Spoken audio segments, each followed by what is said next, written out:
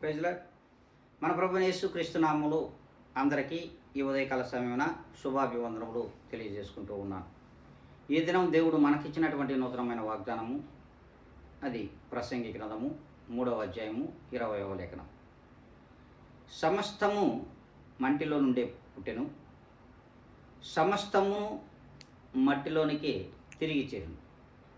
దేవుడే స్పష్టంగా మనతో అందరితో మాట్లాడిన రీతిగానే ఈ దినంన ప్రసంగి సొలొమోను మహారాజు గారు మనందరితో మాట్లాడుతున్నాడు.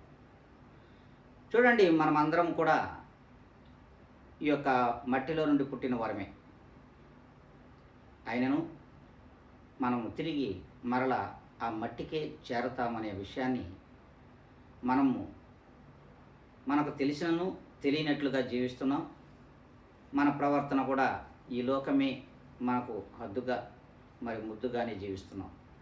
కానీ దేవుడు తన వాక్యం ద్వారా ఈ దినమున స్పష్టంగా మనకు తెలియజేస్తున్నాడు. ఈ భస్మ బుధవారం మరి ఈ భస్మ బుధవారమున మనము ఈ వాక్యాన్ని ఒక్కసారిగా ఆత్మ పరిశీలనలో మనం ఉంచుకోగలిగితే, అదే రీతిగా మన ఆత్మలను మనం పరిశీలించుకోగలిగితే, మనం ఎక్కడ నుండి అయితే పుట్టామో అక్కడికే మరలా తిరిగి చేరిపోతామనే విషయాన్ని గ్రహించగలిగినట్లయితే, ఈ దినం నుండి అయినా సరే మన యొక్క ప్రవర్తన మరి ఆ యొక్క దేవుణ్ణి మెప్పించే రీతిగా ఉండాలని మీకు అందరికీ తెలియజేసుకుంటూ, అందరూ ఈ యొక్క వాగ్దానం మన జీవితాల్లో ఖచ్చితంగా నెరవేరుతుంది కనుకనే మన యొక్క ఆత్మలన్నీ కూడా దేవుని దగ్గరకు చేరతాయనే ఒక దృఢమైన సంకల్పము చేత ఈ దినమున మనం అందరం కూడా ప్రార్థనలో ఏకీభవిద్దాం.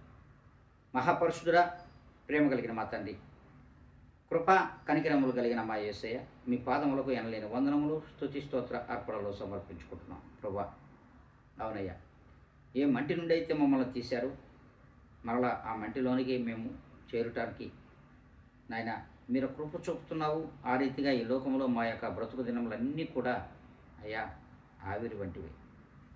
మరి నీటి బుడగలాంటి మా జీవితాలు ఈ లోకంలో ఉన్నంత కాలం కూడా మీ యొక్క కృపతో మేము జీవించలాగన, ఆ రీతిగా మీలో మేము భయభక్తులు కలిగి జీవించడానికి కృపను సహాయమును నిండుగా దయచేయమని వీక్షించున్నటువంటి ప్రియమైనటువంటి విశ్వాసులందరినీ కూడా మీ చేతులకు అప్పగించుకుంటున్నా. నన్ను నేను మిక్కిలిగా తగ్గించుకొని యేసు క్రీస్తు నామములో అడిగి వేడుకొని ప్రార్థిస్తున్నాను మా తండ్రి. ఆమేన్.